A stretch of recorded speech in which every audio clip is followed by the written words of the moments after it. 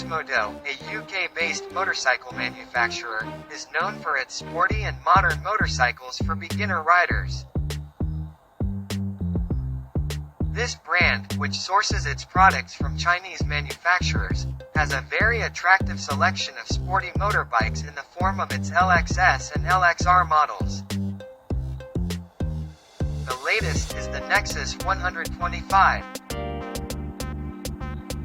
In contrast to the general norm of retro-inspired scooters from this displacement, the Lexmoto Nexus 125 adopts a completely modern and sports bike-inspired design.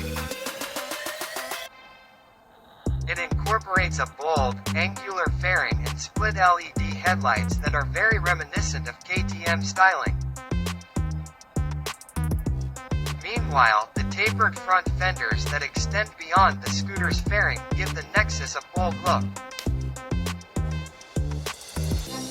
The Nexus 125 has a 125cc liquid-cooled single-cylinder engine, and sends power to the rear wheels via a conventional CVT, as is the case with nearly all of these displacement scooters.